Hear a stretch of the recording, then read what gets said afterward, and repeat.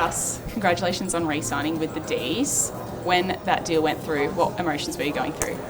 Thank you very much, Tess. It was it's been an interesting year. I've sort of been on the record saying that, obviously it's been a really important decision for me, and it's weighed really heavily on me. I wanted to make sure that I really made the best decision, and that's taken time, and I now sit here really, really happy and relieved, and it's a distraction that is just now off my shoulders, and I can focus on playing footy, which is what I think I've been doing all year well, but it feels I feel really happy and really relieved. As you said, it's been a difficult year, different decisions flying around. Yep. What was the deciding factor that made you want to stay here?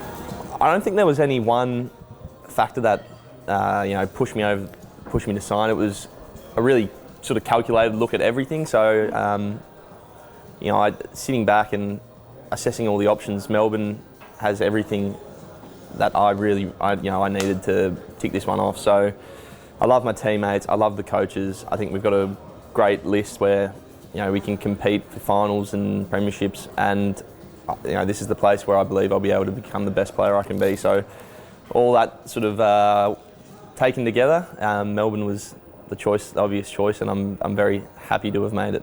And not only did you signed for 6 years, yes, which is a pretty big deal. What are you most looking forward to in those next 6 years? Not having to do this again. That's why I signed for so long, because this has been, everyone always asks, and there's a lot of, that's a bit of a joke, but I'm so excited. I've been here from the beginning of my career, and we went through some really hard times where I wasn't winning many games, and now to be at this point where you can look very easily forward and see it all unfold, how we're building a culture of sustained success. You've seen Christian Petracca, Clayton Oliver, all these guys sign for long-term deals as a real show of commitment, and I believe in the vision and want to be a part of it. So for the next 6 years, I guess I'll just be looking forward to making up for lost time at the start of my career where we were losing, and hopefully can just keep winning games and go from there.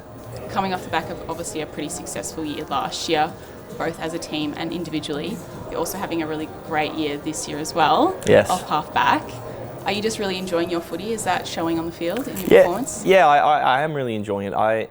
This is the first time I'd sort of gone back in different stages last year to fill roles, if someone got injured, but to really have dived in from round one and been a part of the group in 20 rounds now. I'm loving it. It's a team within a team. I love the environment that they sort of make, and I hope people see that I'm enjoying the game, because I'm loving playing there. So another string to my bow that I probably didn't know I had it to this level. So I've got a lot of teammates to thank for that, making it easy for me. I always had, even when I was on the wing, enormous respect for what the defenders did, because Maisie and Lever and Salem and Hibbert and all that, we build our game on defence, so I was always in awe of what they did, and to now be a part of it and contributing is, I'm loving it. I'm absolutely loving it. And just lastly, your most important role at the club is co-host of the Gus and Gorney podcast. Yeah. Was Gorney stoked when he found out? Yeah, so Gorney had, early on in the piece said, look, if whatever happens, you've just got to make sure that you release the information on a Gus and Gorney first, which obviously hasn't happened. But I did shoot him a message and said, I'm not sure I'll be able to wait that long, keep the lid on it for that long. And no, he was very excited. Obviously, Gorney and I have got, there's footy and then there's bigger things than footy. So the Gus and Gorney podcast will live on, and I don't know how long he's contracted for, but if it's still going in 6 years' time, then that will be going all right.